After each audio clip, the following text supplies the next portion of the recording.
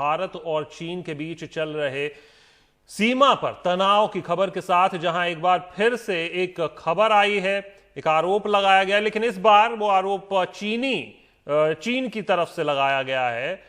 चीन सरकार का मुखपत्र कहा जाता है ग्लोबल टाइम्स, उसने ट्वीट करके कहा है कि भारत के सैनिक LAC line of actual control उसको पार करके चीन के इलाके में आ गए थे। चीन का कहना है कि भारतीय सैनिकों ने PLA के सैनिकों की तरफ चेतावनी के तौर पर हवा में फायरिंग की, यानी कि वार्निंग शॉट्स फायर किए।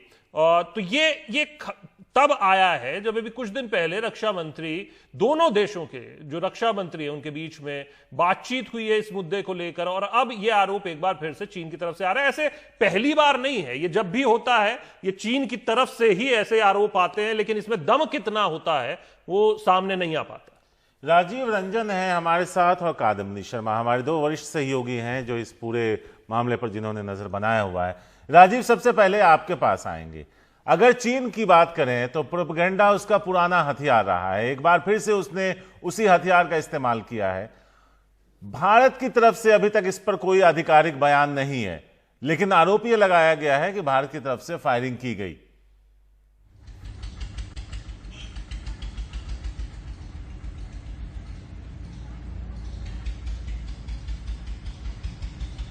राजीव, ये सवाल आपसे था हमारा कि चीन की अगर हम बात करें तो प्रोपेगेंडा में उसका काफी उसकी महारत हासिल है, एक बार फिर से उसने उसी हथियार का इस्तेमाल किया है।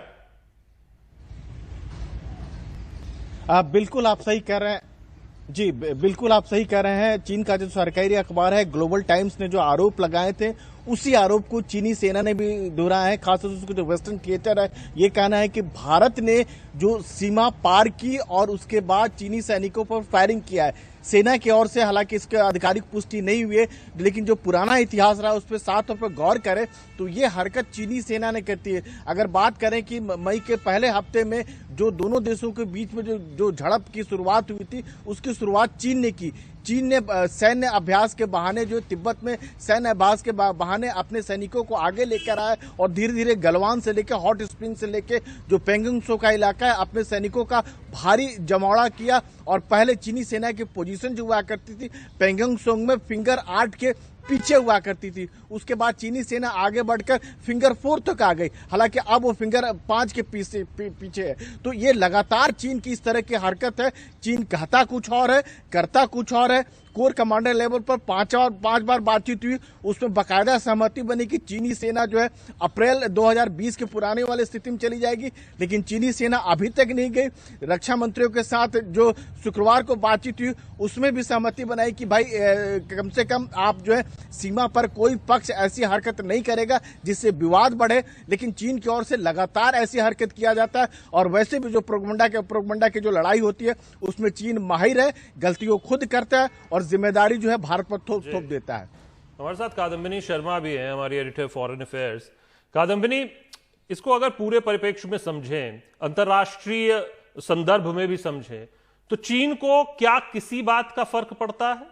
अगर देखा जाए पिछले कुछ समय में, अमेरिका से ट्रेड वॉर को हम अलग कर देते हैं, लेकिन जो पूरा अगर हम एरिया को देखें तो चीन अलग थलग अपने आप को सबसे करके रखा हुआ है, बाकी देशों ने भी उसको कर रखा है। लेकिन इसके अलावा भी जो हम ये बात कर रहे हैं कि कोर कमांडर लेवल की बातचीत होती है, लेकिन उसके बाद फिर 15 जून की वो हरकत हो जाती है, 14-15। लेकिन उसके बाद अगर हम देखें जितनी भी बातचीत हुई है, एक ना एक कोई ऐसी उकसावे वाली हरकत, आक्रामक सैन्य मूवमेंट चीन की तरफ से देखी जाती है। ऐसे में क्या जो रक्षा मंत्री स्तर पर भी बात हुई, अब विदेश मंत्री स्तर पर बातचीत होने जा रही है, इस बातचीत से चीन को कोई फर्क पड़ता है? हमारे पास शायद या किसी और के पास शायद कोई रास्ता और नहीं बचता।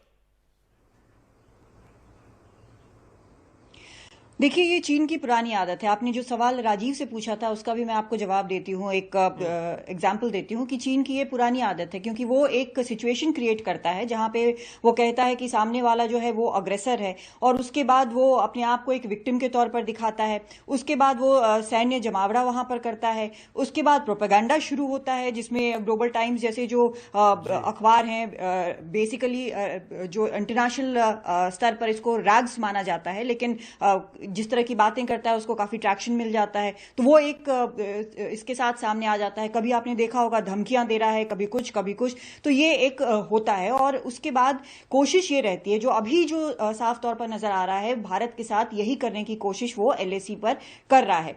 आपने देखा है कितने स्तर की बातचीत हुई है, वर्किंग मैकेनिज्म साफ तौर पर बना हुआ है, सीमा विवाद को सुलझाने के लिए उसकी बैठकें हो रही हैं, लेकिन उसका कोई नतीजा नहीं निकला है। सैन्य कमांडर स्तर पर बातचीत होती रही है लगातार, उसका कोई नतीजा नहीं निकला है। NSA ने खुद बात की थी, शुरू में थोड़ा सा मूवमेंट दिखा भी था पीछे हटने का, लेकिन उसके बाद कुछ नहीं है।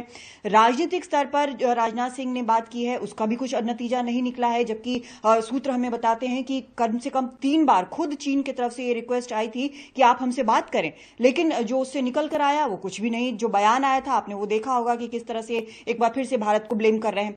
लेकिन पॉलिटिकल स्तर पर अगर हम देखें तो अब जयशंकर के साथ जो मुलाकात हो सकती है, 10 तारीख को बताया जा रहा है कि मुलाकात हो सकती है, हमारे सूत्र बता रहे हैं, तो इसमें काफी कुछ तय हो जाएगा, क्योंकि जयशंकर जो है आपको पता है कि करियर डिप्लोमेट है। चाइना के मामले में उनसे ज्यादा एक्सपर्ट शायद अभी देश में कम ही लोग होंगे, तो नुआंसेस जो है उनको सारा कुछ पता है, तो वो यहां पर बातचीत करेंगे। उससे क्या निकल कर आता है ये देखना जरूरी होगा, लेकिन एक तरह से स्टेज जो है वो सेट हो गया है। सभी बातचीत, खास राजनाथ सिंह की बातचीत के बाद भी स्टेज सेट हो गया है। चीन ने अपनी पोजीशन बता दी है, और एक तरह से ये अगर हम देखें तो बातचीत के ठीक पहले एक तरह से ये एक उकसावे वाली बात या एक सिचुएशन और हीट अप कर देने वाली बात वो उन्होंने की है भारतीय सेना पर आरोप लगाकर, क्योंकि ये समझने वाली बात है कि भारतीय सेना जो कि इतनी डिसिप्लिन सेना है, वो आखिर फायरिंग क्यों करेगी।